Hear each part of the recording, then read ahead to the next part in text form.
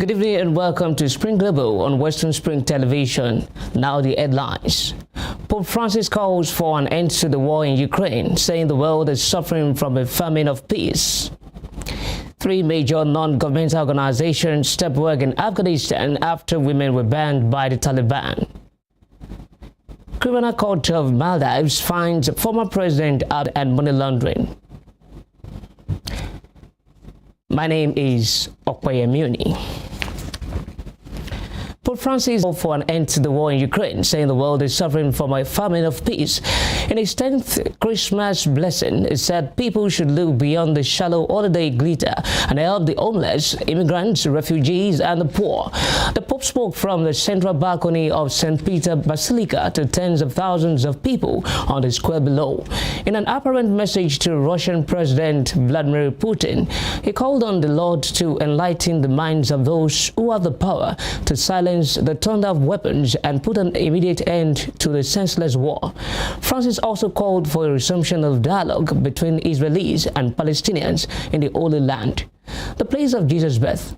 He again condemned the use of food as a weapon of war, saying the war in Ukraine had put millions at risk of famine, mentioning Afghanistan and countries in the Horn of Africa.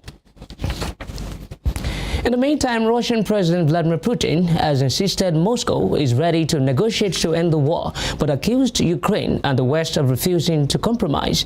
The Russian president told state television that he was ready to negotiate with everyone involved about acceptable solutions.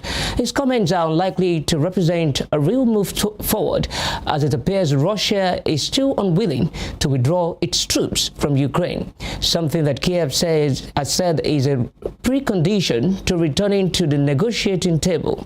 Mr. Putin said he believes Russia was acting in the right direction and defending its national interests.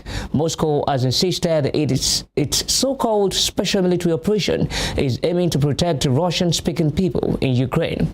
However, Ukraine and the West say the purpose of the invasion was to take control of the country. Earlier, Ukrainian President Volodymyr Zelensky urged his people to persevere in the face of Russian attacks as the country celebrates Christmas. In a defiant speech, he said freedom comes at a high price, but slavery has an even higher price. Russia's missile and drone attacks have left millions of Ukrainians without power, eating, and running water. Yesterday, Russian airstrikes killed 10 people in Ukraine's southern Kherson city. The regional authorities said another 68 people were injured and called on local residents to urgently donate blood. Describing Russia as a terrorist country, Mr. Zelensky accused the Russian troops of killing for the sake of intimidation and pleasure. Meanwhile, Ukrainians woke up on Christmas Day to the sound of air raid sirens. Officials said sirens have been heard across all Ukrainian regions, but there have been no reports of damage yet. But despite the conflict, continuing images from Ukraine's capital show some Ukrainians celebrating Christmas Day.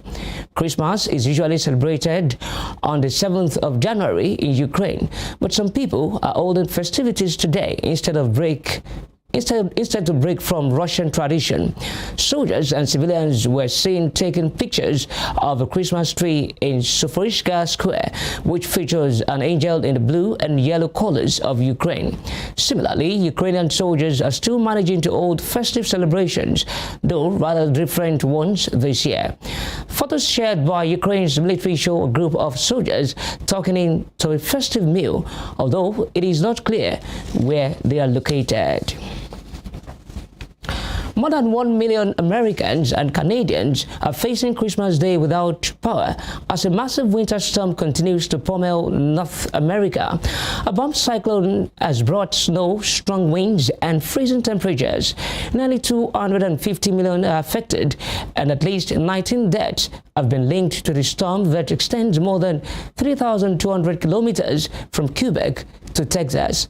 Thousands of flights have been cancelled during the festive period.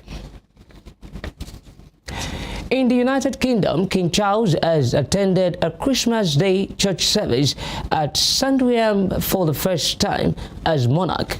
The King and Camilla, the Queen Consort, are joined by the Prince and Princess of Wales, their children and other senior royals at the Norfolk estate. They waved to crowds who had gathered outside St. Mary Magdalene Church ahead of the service. It is the first time members of the royal family have spent Christmas at Sandringham House since 2019. The royal standard is flying above the house, marking a return to traditional royal festivities. In his first Christmas message released later, King Charles reflected on the cost of living crisis. He spoke of the great anxiety and hardship for those struggling to pay their bills and keep their families fed and warm. I'm standing here in this exquisite chapel of St. George at Windsor Castle, so close to where my beloved mother, the late Queen, is laid to rest with my dear father. I am reminded of the deeply touching letters, cards, and messages which so many of you have sent my wife and myself, and I cannot thank you enough for the love and sympathy you have shown our whole family. Christmas is a particularly poignant time for all of us who have lost loved ones. She acknowledged families who will be facing difficult times because of a cost of living crisis and urged people to help in whatever way they can. Especially after the past two Christmases, I know most of us will be really looking forward to this festive period. The chance to gather with family, friends and loved ones really is something to cherish. Of course, the cost of living crisis is making this a very hard winter for many.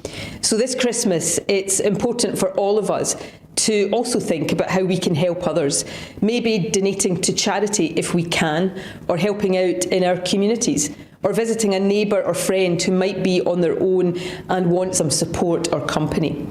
I know many will already be doing exactly that, showing compassion and companionship and helping make the festive period that bit brighter for everyone. So thank you. In another news, a murder investigation has been launched in the United Kingdom after a woman was fatally shot at a bar near Liverpool on Christmas Eve. Merseyside police officers were called to the Lighthouse Inn in Wallasey Village. 3 men and the female victim were taken to hospital suffering gunshot wounds, but the woman later died. Police said the shooting happened at a busy venue full of young people. You're watching Spring Global on Western Spring Television. We'll be right back after this break.